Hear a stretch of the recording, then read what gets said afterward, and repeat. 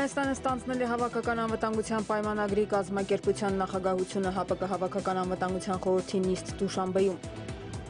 Ադրբեջանը մինչ այժմ չի վերադարձրել բոլոր հեռարձակագերիներին, ձերբակալվածներին եւ պահվող այլ անձանց։ Վարչապետ Նիկոլ Փաշինյանի ելույթ հավաքական անվտանգության խորհրդի նեղ կազմով նիստում։ Ռուսական կողմը իր առաջարկները փոխանցել է Բաքվին եւ Երևանին։ Ռուսաստանի արտաքին գործերի նախարարության պաշտոնական ներկայացուցիչ Մարիա Զախարովան անդրադարձել է Սյունիքում ստեղծված իրավիճակին։ Հայաստանի զինված ուժերի հատուկ նշանակության ստորաբաժանումների զորավարժություններ Հայաստանի արևելյան եւ հարավ-արևելյան սահմանի ամբողջ երկայնքով, հայտնում է Պաշտպանության նախարարությունը։ Որոնողական աշխատանքներ Վարանդայի շրջանում հայտնաբերվել է եւս մեկ հայ զինծառայողի աճյուն։ Մեկ օրում կորոնավիրուսային հիվանդության 764 նոր դեպք, 21 մահ, համաճարակային իրավիճակը Հայաստանում։ Հայաստանը կրկին կարմիր գոտում է, սակայն պատվաստումների տոկոսը շարունակում է մնալ անհանգստացնող ցածր։ Առողջապահության նախարարը հարցին անդրադարձել է գործադիրի նիստում։ Համամասնական ընտրակարգով թիմ ընտրություններ Հայաստանի մարզերում, թեժ ընտրապայքար կուսակցությունների մասնակցությամբ Արամ Աբրահամյանի զրույցը կենտրոնական ընտրական հանձնաժողովի նախագահ Տիգրան Մուկուչյանի հետ։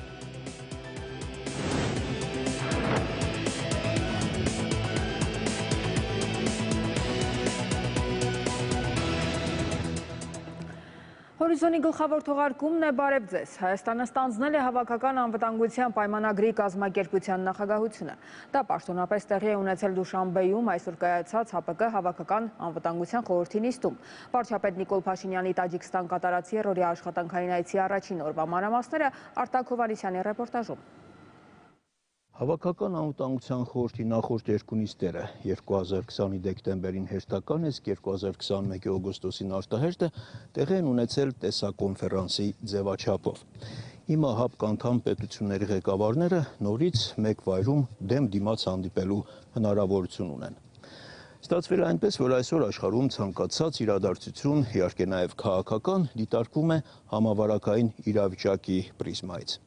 Հյուրընկալող երկրում համավարակային իրավիճակը մտահոգիչ չէ, ամենայն դեպս եթե հիմնվենք պաշտոնական վիճակագրությանը։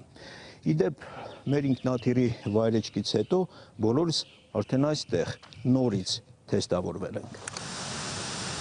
Օրական կորոնավիրուսի նոր դեպքերի թիվը Տաջիկստանում չի գերազանցում 1 տասնյակը, երբեմն ընդհանրապես զերոյական է ցուցանիշը։ 124 մահ է գրանցվել համավարակի ամբողջ ընթացքում։ Մահվան դեպքերի վիճակագրությունը եւս օրեր շարունակ չի փոխվում։ Միայն թե մի կարևոր հանգամանքի թեստավորումների քանակի մասին այդ վիճակագրությունում ոչինչ նշված չէ եւ իրականում դժվար է դառնում իրավիճակի մասին ճիշտ պատկերացում կազմելը։ Որոշ քաղաքագիտական շրջանակներ նույնը կասեին նաեւ ՀԱՊԿ-ի գործունեության մասին։ Մի փոքր պատմական էքսկուրս։ Կառույցի ստեղծման օրը համարվում է 1992 թվականի մայիսի 15-ը, երբ Տաշկենտում Հայաստանի, Ղազախստանի, Қырғызստանի, Ռուսաստանի, Տաջիկստանի եւ Ուզբեկստանի առաջնորդները ստորագրեցին հավաքական անվտանգության պայմանագիրը։ Մեկ տարի անց միացան Ադրբեջանը, Բելարուսը եւ Վրաստանը։ Սակայն արդեն 1999-ին Ադրբեջանը, Վրաստանը եւ Ուզբեկստանը լքեցին կազմակերպության շարքերը եւ նորից մնաց 6 պետություն, ինչպես եւ հիմա է։ ՀԱՊԿ-ի շուրջ 30 տարվա պատմությունը այնքան էլ հարուստ չէ հիշարժան իրադարձություններով։ Կառույցի բուն նշանակությանը վերաբերող փաստերը շատ չեն, հիմնականում հիշատակվում են համատեղ զորավարժությունները, խորհրդի նիստերի վայրը, քարտուղարության եւ նախագահության փոփոխությունների ժամանակն ու հասցեն։ ՀԱՊԿ-ում թե գլխավոր քարտուղարի պաշտոնը, թե նախագահությունը փոխում են ռոտացիայով։ Հիմա նախագահության հերթափոխի շրջանն է եւ Տաջիկստանը այն հանձնելու է Հայաստանին։ Հատկանշական է, որ վերջին շրջանում հենց այս երկու երկրները ՀԱՊԿ-ի գործուն միջամտության կարիքն ունեցան։ Թե Հայաստանը, թե Տաջիկստանը պաշտոնապես դիմեցին ՀԱՊԿ-ին, Հայաստանը մայիսին, Տաջիկստանը հուլիսին։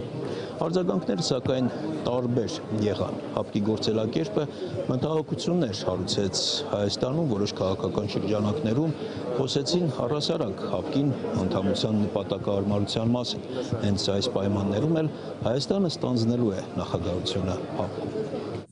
2021 թվականի մայիսին Հայաստանի տարածք Ադրբեջանի զինված ներխուժումներից հետո պաշտոնական Երևանը դիմեց ՀԱՊԿ-ին։ Դիմումը մերժվեց այն հիմնավորմամբ, որ իրավիճակի սերումը Ադրբեջանի հետ նոր սահմանների հաստատման հետ կապված միջադեպ է եւ ՀԱՊԿ հավաքական պաշտպանության մասին կանոնադրության դրույթներին չի վերաբերում։ Սրան անմիջապես հետևեց վարչապետի արձագանքը։ Նիկոլ Փաշինյանը նշել էր, որ այդ պահի դրությամբ ՀԱՊԿ գործողությունների արագությունը մեզ չի բավարարում, բայց մենք շարունակելու ենք հետևողականորեն աշխատել այդ ուղղությամբ եւ մեր գործընկերների հետ իրավիճակի հետագա պարզաբանման վերաբերյալ աշխատանքներ իրականացնել։ Շուրջ 2 ամիս անց Աֆղանստանի հետ սահմանին իրավիճակի սերման կապակցությամբ Տաջիկստանը դիմեց ՀԱՊԿ-ին եւ ստացավ վերջինիս լիակատար աջակցությունը։ Օգոստոսին հրավիրված ՀԱՊԿ խորհրդի արտահերթ նիստին, որը նվիրված էր բացառապես Տաջիկստանի խնդրին, քննարկվեցին կազմակերպության անդամ երկրների անվտանգության ապահովման հարցերը, Աֆղանստանում տեղի ունեցող իրադարձությունների համատեքստում, ինչպես նաև միասնական արդյունավետ արձագանքը հնարավոր անդրսահմանային սպառնալիքներին։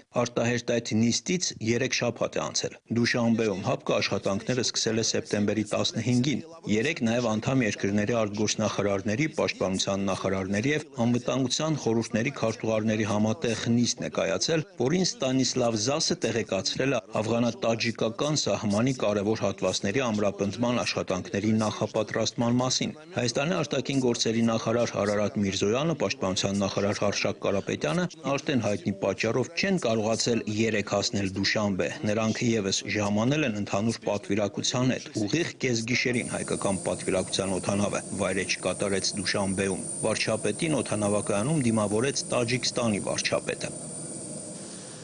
Աշխատանքային օրը սկսվեց վաղ առավոտից։ Ազգային պալատում ուղիղ ժամը 9-ին Նիկոլ Փաշինյանին դիմավորեց Տաջիկստանի նախագահ Էմոմալի Ռահմոնը։ Այնուհետ կարճ առանձնազրույց կայացավ երկու երկրների ղեկավարների միջև, որի ժամանակ քննարկվեցին երկկողմ հարաբերություններին եւ ՀԱՊԿ-ի շրջանակներում փոխգործակցությանը վերաբերող հարցեր։ Այս հանդիպմանը հետևեց համատեղ լուսանկարահանում արդեն նաեւ ՀԱՊԿ անդամ երկրների մյուս ղեկավարների հետ։ Վլադիմիր Պուտինը միայն ներկա չէր։ Ապա մեկնարկեց հավաքական անվտանգության խորհրդի նեղ կազմով հանդիպումը։ Ռուսաստանի նախագահը մասնակցում էր տեսակապի միջոցով։ Նիստը տևեց շուրջ 2 ժամ։ Լրատվամիջոցների համար բաց էր ընդամենը առաջին 5 րոպեն, երբ ելույթ ունեցավ Էմոմալի Ռահմոնը, նշելով, որ Տաջիկստանի նախագահության շրջանը համընկավ տարածաշրջանային լրջագույն մարտահրավերների հետ։ Նեղ կազմով նիստին հաջորդած ընդլայնված կազմով նիստը տևեց շատ ավելի քիչ։ Էմոմալի Ռահմոնի ներածական խոսքից հետո ելույթ ունեցավ Հայաստանի վարչապետը եւ ներկայացրեց ՀԱՊԿ-ի առաջնահերթությունները Հայաստանի նախագահության շրջանում։ Վարչապետը նշեց, որ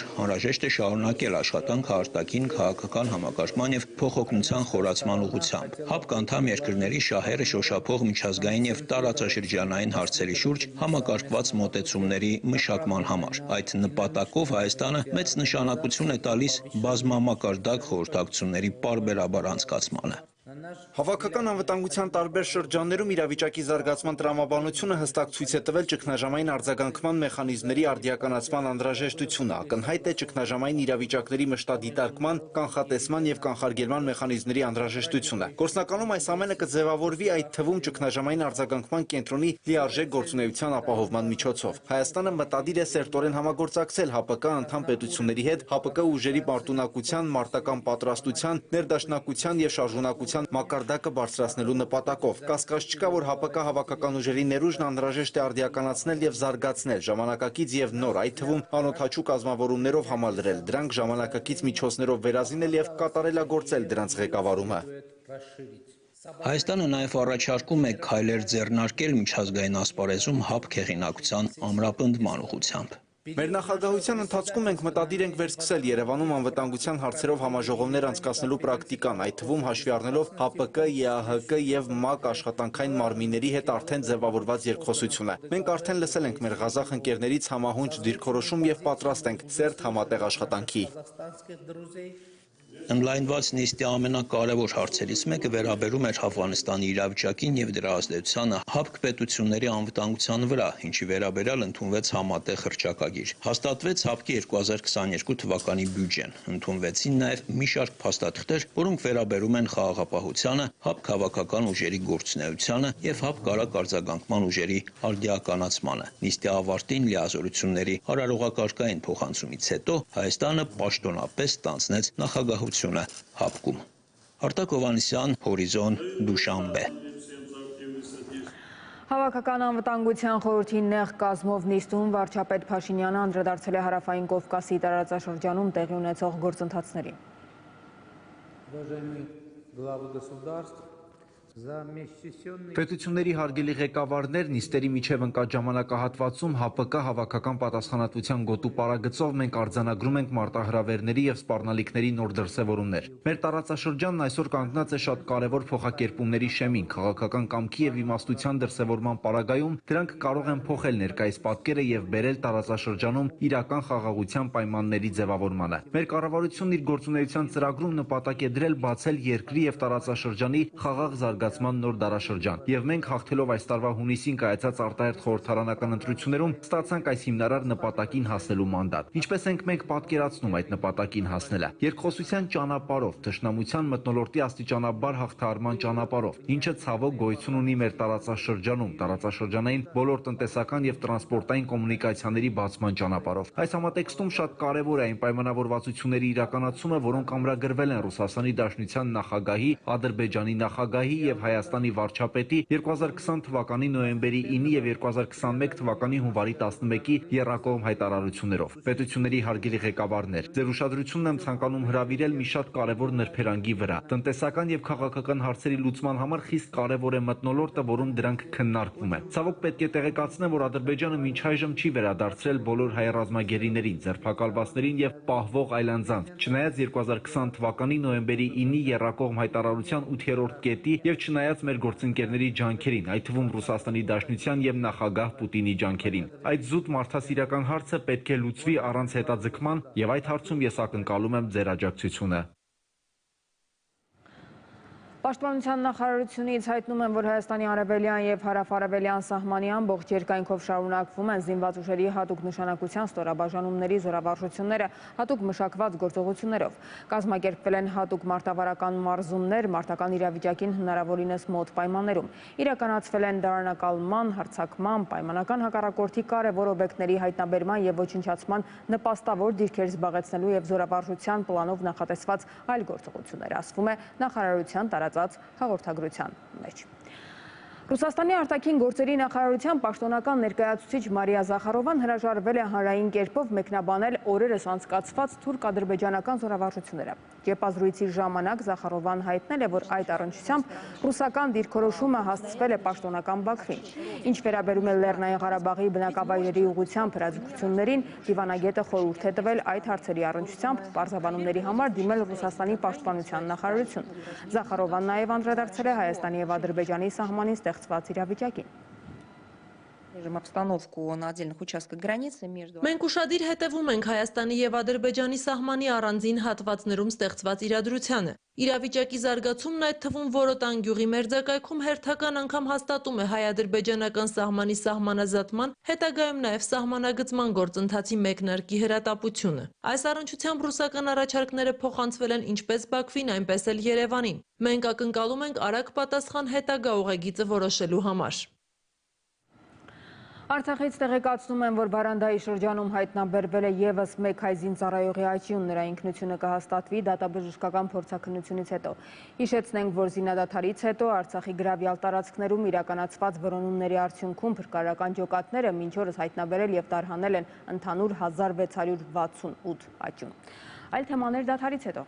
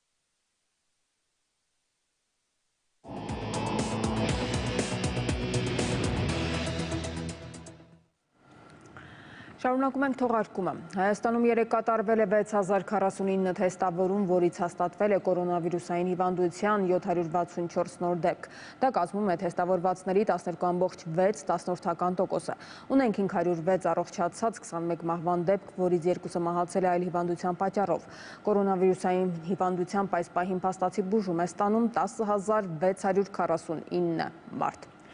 Կառավարության այսօրվա նիստում Սասուն Խաչատրյանը ազատվել է հատուկ քննչական ծառայության պետի պաշտոնից և նշանակվել հակակոռուպցիոն կոմիտեի նախագահ։ Բացի այդ, որոշվել է ամանորի տոնական օրերը կրճատել։ Սակայն մինչ օրակարգին անցնելը նիստը վարող փոխվարչապետ Սուրեն Պապիկյանը դիմել է առողջապահության նախարար Անահիտ Ավանեսյանին ստանալու վերջին տեղեկությունները համաճարակային իրավիճակի և պատվաստումների ընթացքի մասին։ Դելտա շտամի հետ պայմանավորված մենք ունենք մահացության և ծայրահեղ ծանր ընթացքի համամասնության մեծացում։ Թեստավորվածների միջինում մոտ 10%-ի դեպքում ունենք կորոնավիրուսի դրական դեպքեր։ Այս տվյալները մտահոգիչ են նաև այնքանով, որ ծանր դեպքերի թիվն է ավելանում։ Այսինքն հոսպիտալացվում են ավելի շատ, քան օրինակ անցյալ տարի նույն 10% դրական թեստերի պարագայում։ Այս պահին մեզ մոտ ծավալված է 2044 մահճակալ, որից զբաղված է 1860-ը։ Պիտի նշեմ, որ միայն վերակենդանացման մահճակալների թիվը 319-ից զբաղված է 289-ը։ Առողջապահության նախարարը արձանագրում է, հիվանդների 98%-ը պատվաստված կամ երկու դեղաչափով պատվաստված չեն։ Կառավարության անդամները հավաստիացնում են, ժողովրդի մեջ պտտվող այն շշուկները, թե պաշտոնյաները չեն պատվաստվելու, իրականությանը չեն համապատասխանում։ Առանց սպասելու հոկտեմբերի 1-ին արդեն 2-3 ամիս է ակտիվ պատվաստվում են և այս պահին էլ մենք ունենք պետական ապարատում պատվաստումների 70%-ից բարձր ցուցանիշ։ Տնտեսությունը առանց այդ էլ լուրջ մարտահրավերների առջև է կանգնած, օրական 19-20 մահ, զբոսաշրջային ոլորտը կաթվածահար է, Հայաստանը պարբերաբար հայտնվում է կարմիր գոտում, և այս իրավիճակում պատվաստումների տոկոսը շարունակում է մնալ անհանգստացնող ցածր։ Ես ուզում եմ կոչ անել բոլոր գործարարներին, բոլոր աշխատողներին, զբաղված մարդկանց կողքի դնել այս պահպանողական մոտեցումը և լինել առաջադեմ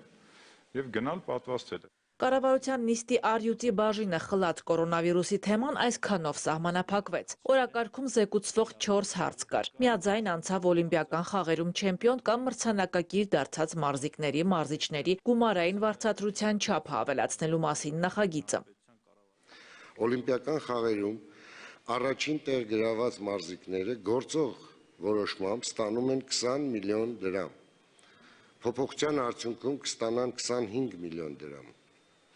Օլիմպիական խաղերում առաջին տեղը գրաված մարզիկի դեպքում ազգային հավաքական թիմի գլխավոր մարզիչը և անձնական մարզիչը գործող որոշմամբ ստանում են 10 միլիոն դրամ, փոփոխության արդյունքում կստանան 12 միլիոն 500 հազար դրամ։ Օրակարգային 2 հարց նվիրված էր Սասուն Խաչատրյանին, մեկով նա ազատվեց հատուկ քննչական ծառայության պետի պաշտոնից, մյուսով նշանակվեց հակակոռուպցիոն կոմիտեի նախագահ։ Կառույցը սկսելու է գործել առավելագույնը 1 ամիս և 6 օր անց, անցումային դրույթներով են նախատեսված այդ ժամկետները, ամբողջությամբ դեռևս այդ ընթացքում չի գործի, ընդամենը 20 քննիչ կնշանակվեն, իսկ ամբողջ ծավալով այդ թվում նաև օպերատիվ ստորաբաժանումը կսկսի գործել, կարծում եմ, եկող տարվա սկզբից։ Օրակարգային 1 հարցով էլ մի քանի համայնքների Արմավիրի, Գեղարքունիքի, Լոռու և Կոտայքի մարզպետարաններին սուբվենցիոն ծրագրերի համար հատկացվեց 357 միլիոն դրամ։ Մոտ կես ժամ տևած նիստի օրակարգային 64 չզեկուցվող հարցերից մեկը ամանորի տոներին էր վերաբերում։ Դրանք այլևս չեն շարունակվի 10 օր։ Ամանորը կնշենք դեկտեմբերի 31-ին և հունվարի 1-ին միայն։ Մեկ էլ Սուրբ Ծննդյան օրը կհանգստանանք հունվարի 6-ին։ Կառավարության որոշման հիմնավորումը հետևյալն է։ Նախկինում տոնական օրերը սահմանվել են աշխատանքային, ելնելով երկրի ներսում և արտաքին աշխարհի հետ տարաբնույթ ծառայությունների իրականացման և անխափան գործունեության հրամայականից։ Լիանա Ռաֆայելյան, Հորիզոն։ Հանրապետության որոշ մարզերում առաջիկայում անցկացվելու են ՏԻՄ ընտրություններ, որոնք էականորեն կտարբերվեն մինչ այս իրականացված ՏԻՄ ընտրություններից։ Թեմայի շուրջ Արամ Աբրահամյանը զրուցել է Կենտրոնական ընտրական հանձնաժողովի նախագահ Տիգրան Մուկուչյանի հետ։ Ներկայացնենք հատվածներ զրույցից, այն ամբողջությամբ հասանելի է Շանթ Նյուզ.am կայքում։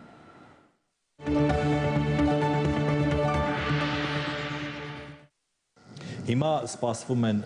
բավականին խոշորամասշտաբ դիմընտրություններ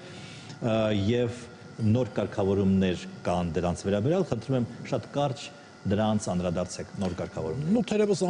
նշեմ ուղղակիորեն, որ դիմընտրություններ մենք արդեն ունենք նշանակված հոկտեմբերի 17-ին, նոյեմբերի 14-ին, Կենտրոնական ընտրական հանձնաժողովը երրորդ օրը սահմանել է դեկտեմբերի առաջին կիրակին։ Նշեմ, որ հոկտեմբերի 17-ի հետ կապված արդեն առաջադրումների ժամկետներն ավարտվել է եւ ըստ էության մենք գրանցման փուլում ենք այս պահին գտնվում։ Այստեղ թերևս հիմնական առանձնահատկությունը կայանում է նրանում, որ բոլոր այն համայնքները, որոնք ներառում են 4000-ից ավել ընտրողներ, այդ համայնքներում տեղի կունենան համամասնական ընտրակարգով ընտրություններ։ Ուրեմն Գյումրի եւ Գյումրի Վանաձոր համայնքներում, այստեղ որտեղ 70000 ավել ընտրողներ են, ուրեմն ընդգրկված ընտրողների ցուցակում, այստեղ մի քիչ քվեակարգը այլ է, այն նմանվում է ազգային ժողովի ընտրություններին, երբ յուրաքանչյուր կուսակցության համար կլինեն առանձին քվեաթերթիկներ, իսկ ուրեմն մյուս համայնքներում, որտեղ լինելու են համամասնական ընտրակարգով ընտրություններ, կտրամադրվի մեկ քվեաթերթիկ, որոնք կլինեն բոլոր կուսակցությունների անվանումները։ Հին ձևով պետք է։ Այո, հին ձևով կլինի։ Բայց պետք է նկատել, որ բոլոր այս համայնքներում ըստ էության տեղի է ունենալու համամասնական ընտրակարգով ընտրություններ, այսինքն ընտրություններին մասնակցելու են կուսակցությունները, կուսակցությունների դաշինքները։ Իսկ եթե 4000-ից քիչ է,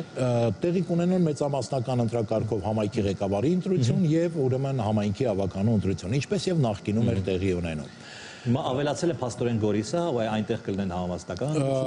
հոկտեմբերի 17-ի հետ կապված մենք ունենք 9 համայնքներում ընտրություններ, որոնցից 6-ում լինելու են համամասնական ընտրակարգով եւ 3 համայնքում մեծամասնական ընտրակարգ։ Խնդրեմ մեծամասնականը։ Մեծամասնականը Շամիրան, Ֆերիկ, Ֆիոլետովը համայնքներն են, իսկ համամասնականը Գյումրի, Գորիս, Տաթև, Տեղ, Մեղրի եւ Դիլիջան համայնքները։ Հասկանալի։ Կուսակցություններից մեկը դիմել է ձեր հանձնաժողովին, որքան հասկանում են, որ որոշ համայնքներում ընտրությունները պետք է կայանային հոկտեմբերի 17-ին, բայց համայնքների խոշորացման հիմքով կառավարությունը դրանք հետաձգել է մինչև դեկտեմբերի 5-ը։ Պարզաբանեք, խնդրեմ, ինչ խնդիր է դա եւ որտեղ է ձեր հանձնաժողովի գործառույթը այստեղ։ Հանձնաժողովի համար սահմանված է հետևյալը. հանձնաժողովը յուրաքանչյուր տարվա համար սահմանում է տեղական ինքնակառավարման մարմինների ընտրության օրեր, որը մինչև 4 օր կարող է լինել, կարող է լինել նույնիսկ տարի, երբ որ լինի 1 օր կամ 2 օր, մինչև 4 օր առավելագույնը։ Յուրաքանչյուր տարվա համար կենտրոնական ընտրական հանձնաժողովը այդ օրերը սահմանում է։ Իսկ արդեն թե կոնկրետ որ օրը որ համայնքում պետք է նշանակվեն ընտրություններ, դա արդեն կենտրոնական ընտրական հանձնաժողովի գործառույթը չէ։ Հերթական ընտրությունները նշանակվում են ուրեմն մարզպետների կողմից, արտահերթ ընտրությունների պարագայում մենք ունենում ենք ուրեմն կառավարության որոշումներ, իհարկե կա նաև օրենքով նախատեսված դեպքեր, երբ տեղի են ունենում ընտրություններ, ժամկետները սահմանվում են հերթական ընտրությունների համար սահմանված ժամկետներում, ուրեմն որ պետք է տեղի ունենան այդ գործառույթները եւ որոշումները պետք է կայացվի կառավարության կողմից։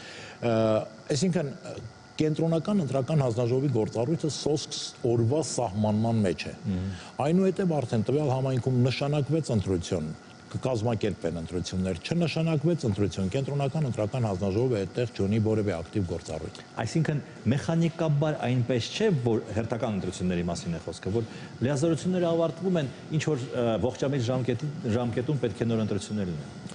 Ակնհայտորեն ուրեմն լիազորությունների ավարտից հետո բնական է սահմանված են այդ օրերը եւ հետեւաբար լիազորությունների ավարտի ժամկետը ուրեմն համահունչ կամ ներդաշնակ դարձնելով համապատասխանաբար սահմանված օրերի հետ կարելի է ընտրել թե որ օրը պետք է տեղի ունենան այդ ընտրությունները, որպեսզի արդեն նոր մարմինները ձևավորվեն եւ իրավահաջորդությունը ըստ էության պահպանվի, բայց այստեղ պետք է նաեւ հաշվի առնենք մի հանգամանք, որ օրինակ անցած տարի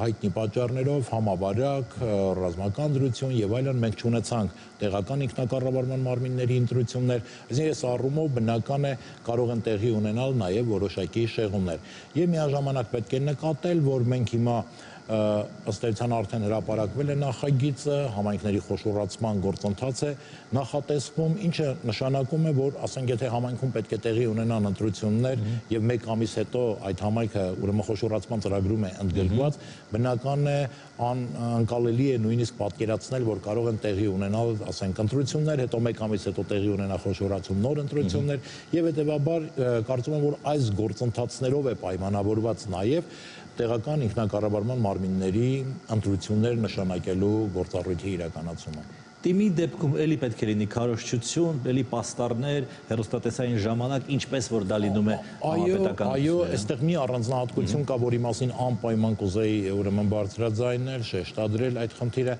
Դա վերաբերում է նրան, որ մենք այժմ ունենք մեկ նոր առանձնահատկություն, դա հետևյալն է, որ ընտրողների ցուցակում չեն ընդգրկվի բոլոր այն քաղաքացիները, ում անձնագրի վավերականության ժամկետը մինչև ընտրության օրը, ուրեմն 6 ամիս առաջ արդեն լրացել է։ Սա նշանակում է, որ նշված քաղաքացիները, ովքեր որ ունեն ուրեմն անվավեր անձնագրեր, ըստ էության ժամկետները, որոնց վավերականության ժամկետը լրացել է, դա վերաբերում է անձահաստատող փաստաթղթին, որի վավերականության ժամկետը ուրեմն լրացել է։ Քաղաքացիները պետք է այս ընթացքում նախ իմանալով օրենսդրական հիշյալ պահանջը եւ նաեւ հաշվի առնելով այն հանգամանքը, որ ընտրողների ցուցակները հրապարակված են, իդեպ նկատենք, որ ուրեմն այն համայնքները, որտեղ տեղի ունենում համամասնական ընտրակարգով ընտրություններ, այդ համայնքների ցուցակները նաեւ ներբեռնման հնարավորությամբ են հրապարակված, ծանոթանան այդ ցուցակներին, պարզեն իրենք ընդգրկված են ընտրողների ցուցակներում, թե ոչ, եթե ոչ, ապա կամ ձեռնարկեն իրենց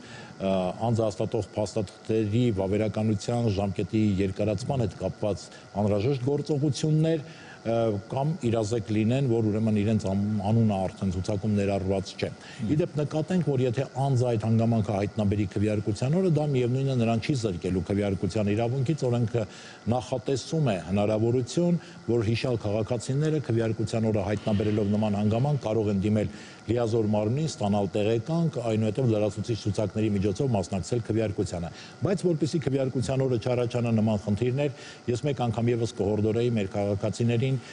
հատկապես այն համայնքներում, որտեղ տեղի են ունենալու տեղական ինքնակառավարման մարմինների ընտրություններ, ուրեմն ստուգեն իրենց տվյալների արկայությունը ընտրողների ցուցակում։ Պաստորեն մինչև հոկտեմբերի 17-ը ժամանակ ունեն։ Այո, դեռ ժամանակ կա, ցուցակները հրապարակված են, դրանք հրապարակված են տեղամասային կենտրոններում, նրանց կարելի է ծանոթանալ ուրեմն լիազոր մարմնի կայքեջում, կենտրոնական ընտրական հանձնաժողովի կայքեջում այդ անունները կան որոնման հնարավորությամբ, այսինքն նրանք պետք է ուղղակիորեն հավաստիանան ծանոթանալով այդ ցուցակներում, որ իրենք ընդգրկված են։ Իհարկե ամենապարզ եղանակը սեփական անձահաստատող փաստաթղթի վավերականության ժամկետի ստուգումն է։ Եթե վավերականության ժամկետը ուրեմն 6 ամսից արդեն ավելի ժամանակահատվածով է անցել նրա ժամկետի ավարտից, անվավերության ժամկետը 6 ամսից ավելին է, այսպես ասենք, ապա ողջամտորեն պետք է ենթադրել, որ անհրաժեշտ է իրականացնել քայլեր, քանզի օրենսդրական պահանջի հիմքով նրա անունը չի լինի ընտրողների ցուցակում։ Եվ ընտրությունները դարձյալ պետք է լինեն մատնահետքով, դիտորդներով, վստահված անձերով, լրագրողներով։ Ամբողջը լինելու է ուրեմն նույն կերպ, լինելու է նախընտրական քարոզչություն, օրինակ հոկտեմբերի 17-ի ընտրությունների հետ կապված նախընտրական քարոզչությունը կմեկնարկի սեպտեմբերի ուրեմն ըստ էության 22-ից մինչև հոկտեմբերի 15-ը, ըստ էության նույն կանոնակարգումներն են, ինչ որ մյուս ընտրությունների պարագայում, տեղամասային ընտրական հանձնաժողովները արդեն սահմանված են, կազմերի նշանակումները տեղի կունենան, կուսակցությունները կիրականացնեն իրենց քարոզչությունը, քարոզչական այն նույն հնարքներով, այսպես ասենք, ուրեմն որոնք իրականացում են համապետական ընտրությունների ժամանակ եւ նաեւ նկատի ունենալով, որ համամասնական ընտրակարգով ընտրություններին մասնակցում են ըստ էության կուսակցություններ եւ կուսակցությունների դաշինքներ, ապա ակնկալվում է, որ մենք կունենանք նաեւ բավականին ակտիվ քարոզարշավ։ Եվ ինչպես անել ընդհանրապես, չգիտեմ, դա ձեր հանձնաժողովի խնդիրն է, որ ընտրությունների ժամանակ լրագրողը զբաղվի լրագրությամբ, դիտորդը զբաղվի դիտորդությամբ եւ ոչ թե լինեն քողարկված քաղաքական ներկայացուցիչներ։ Միանշանակ ընդունում եմ հարցադրումը որ կա, որովհետև ցավոք մենք ընտրություններում ունենում ենք նաև նման դեպքեր, ունենում ենք դեպքեր, երբ անգամ հասարակական կազմակերպությունը, որը հավատարմագրվել է դիտորդական առաքելություն իրականացնելու, ըստ էության նրա դիտորդները իրենց վարքագծով եւ իրենց մոտեցումներով չեն տարբերվում վստահված անձից, շատ հաճախ հայտնվում են մեկօրյա լրագրողներ, որոնք որպես լրագրող են հանդես գալիս տեղամասային կենտրոններում։ Այստեղ իհարկե նախորդ ընտրությունների փորձի վերլուծմամբ նաև որոշակի առաջարկներ նաև մենք ենք ձևավորել, կփորձենք թիմ ընտրություններից հետո այդ ամբողջը իմի բերելով նաև ներկայացնել, հուսալով, որ նաև օրենսդրական որոշակի փոփոխությունների արդյունքում հնարավոր կլինի այստեղ ունենալ այնպիսի կարգավորումներ, որոնցով կզսպվի նման վարքագծի դրսևորումը։ Եվ վերջին հարցը էլի քարոզչության վերաբերյալ թիմ ընտրությունների քարոզչության, երբ որ համապետական ընտրություններ են, մենք այստեղ րոպեներով հաշվում են այս կուսակցության այսքան, այն կուսակցության այնքան, եւ փորձում ենք որ հավասար լինի, եւ նաեւ իմ հյուրերի հետ կապված, հա,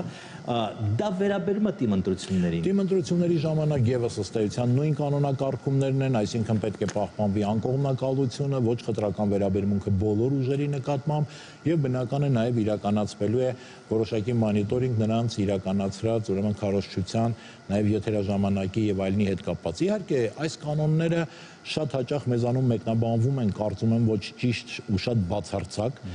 որովհետև կա քաղաքական ուժեր, որոնք շատ ավելի ակտիվ են ներգրավված քարոզչությանը, ինչը ենթադրում է նաև նրանց գործունեության թեկուզ եւ լուսաբանման առումով ավելի մեծ ծավալ։ Եվ եթե քաղաքական ուժը ընդհանրապես քարոզչության են եղանակն է ընտրում, որ որևէ ակտիվ քարոզչություն չի իրականացնում, ակնհայտ է, որ որքան էլ ցանկանանք նրան լուսաբանենք հավասարաչափ, հնարավոր է, որ ունենանք ողջամտորեն որոշակի տարբերակումներ։ Այստեղ իհարկե թիվ 1 խնդիրը կայանում է նրանում, որ ուրեմն լուսաբանումը իրականացվի անկողմնակալության, ոչ խտրական մոտեցումների բացառման սկզբունքների հիմքով։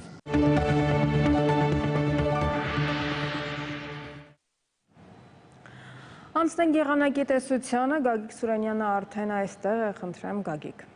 Շնորհակալություն Քրիստինե։ Վաղը մեր երկրի տարածքում սպասվում են եղանակային պայմանների որոշակի փոփոխություններ, բանը նրանում է, որ Հայաստանում գործող անտիցիկլոնը նահանջում է դեպի արևելք, այն իր տեղը զիջում է արևմուտքից մոտեցող ցիկլոնային դաշտին։ Ցիկլոնի անպամատության ծածկը տեսնում եք արբանյակային լուսանկարի վրա, այն այս պահին մեզնից արևմուտք է, դուք տեսնում եք նաև նրա տեղաշարժը արևմուտքից դեպի արևելք, այն Հայաստան կներթափանցի վաղը կեսօրից հետո։ Շրջանների զգալի մասում սպասվում է անձրև եւ ամպրոպ, ամպրոպների ժամանակ համուժ գնացում 15-ից 20 մետր վարկյան արագությամբ։ Այս process-ը ամենաթույլը կարտահայտվի Հարարատյան դաշտում եւ Երևանում, այստեղ տեղումներ սպասվում են հիմնականում երեկոյան ժամերին, շատ կարճատև եւ շատ լոկալ հատվածներում։ Այն հետ բերում է նաեւ սառը օդային հոսանքներ, այնպես որ վաղը հանրապետությունում օդի ջերմաստիճանը կնվազի 4-ից 5 աստիճանով, Լոռի, Տավուշ, Սյունիք, Արցախ հատվածներում ջերմաստիճանի կտրուկ անկում է սպասվում, այսօրվա համեմատ 8-ից 10 աստիճանով այդ հատվածներում ջերմաստիճանը նվազելու է։ Արցախում սպասվում է անձրև եւ ամպրոպ, Ստեփանակերտում գիշերը 15-17 աստիճան է, ցերեկը 22-ից 24։ Ամպրոպային բնույթի կարճատև անձրևներ սպասվում են նաեւ Սյունիքի մարզի առանձին հատվածներում, այստեղ ջերմաստիճանը կնվազի, կտրուկ հովտային գոտում գիշերը 15-ից 17 աստիճան է, ցերեկը 26-ից 29, նախալեռնային հատվածներում գիշերը պետք է սպասել 6-ից 10 աստիճան, ցերեկը 15-ից 20 աստիճան տաքություն է։ Վայոց-Ձորի մարզում կեսօրից հետո դեպի երեկո առանձին բնակավայրերում սպասվում են ամպրոպային բնույթի կարճատև անձրևներ։ Լեռնային բնակավայրերում գիշերը 5-ից 6 աստիճան է, ցերեկը 18-ից 20, նախալեռնային հատվածներում գիշերը 13-14 աստիճան է, ցերեկը 28-ից 29։ Գեղարքունիքում անպամած է, ժամանակ առ ժամանակ սպասվում է անձրև եւ ամպրոպ, առանձին հատվածներում կարկուտ կտեղա։ Գիշերային ժամերին 5-ից 10 աստիճան է, ցերեկը կսառի, 16-ից 18 աստիճան տաքություն է կանխատեսվում։ Օրվա երկրորդ կեսին կարճատև անձրև, ամպրոպ, քամուժ գնացում սպասվում է նաև Կոտայքի մարզում։ Նախալեռնային հատվածներում գիշերը 16-17 աստիճան է, ցերեկը 26-ից 27, լեռնային շրջաններում գիշերը 8-ից 9 աստիճան է, ցերեկը 18-ից 20։ Հարարատյան դաշտում օրվա առաջին կեսը առանց տեղումների է, երեկոյան ժամերին առանձին հատվածներում սպասվում է երակային բնույթի կարճատև անձրև։ Հարարատի մարզում գիշերը 13-ից 15 աստիճան է, ցերեկը 28-ից 30, Արմավիրում գիշերային ժամերին պետք է սպասել 10-ից 15 աստիճան, ցերեկը 27-ից 29 աստիճան է։ Հարակացօդնի լեռնային շրջաններում սպասվում է կարճատև անձրև եւ ամպրոպ, գիշերը 7-ից 10 աստիճան է, ցերեկը 20-25, նախալեռնային հատվածներում գիշերը 15-17 աստիճան է, ցերեկը 26-ից 27։ Տավուշում անպամած է, ժամանակ առ ժամանակ սպասվում է անձրև եւ ամպրոպ, գիշերային ժամերին 14-ից 18 աստիճան է, ցերեկը 17-ից 22։ Անձրև ամպրոպ առանձին հատվածներում կարկուտ ամպրոպների ժամանակ համուժ գնացում սպասվում է նաեւ Լոռու մարզի բոլոր բնակավայրերում։ Գիշերը 12-ից 15 աստիճան է, ցերեկը 15-ից 18 աստիճան, տաքություն է կանխատեսվում։ Իսկ Շիրակի մարզում կարճատև անձրևները կլինեն առանձին հատվածներում եւ կեսօրից հետո գիշերը մարզում 4-ից 10 աստիճան է, ցերեկը 15-ից 22։ Երևանում վաղը սպասվում է փոփոխական անպամացություն, ուշ երեկոյան քաղաքի առանձին հատվածներում սպասվում է երակային բնույթի կարճատև անձրև, գիշերը մայրաքաղաքում 14-ից 16 աստիճան է, ցերեկը 27-ից 29 աստիճան, տաքություն է կանխատեսվում։ Շնորհակալություն Գագիկ, այսօր այսքանը, մենք ձեզ հրաժեշտ ենք տալիս, բարի գիշեր։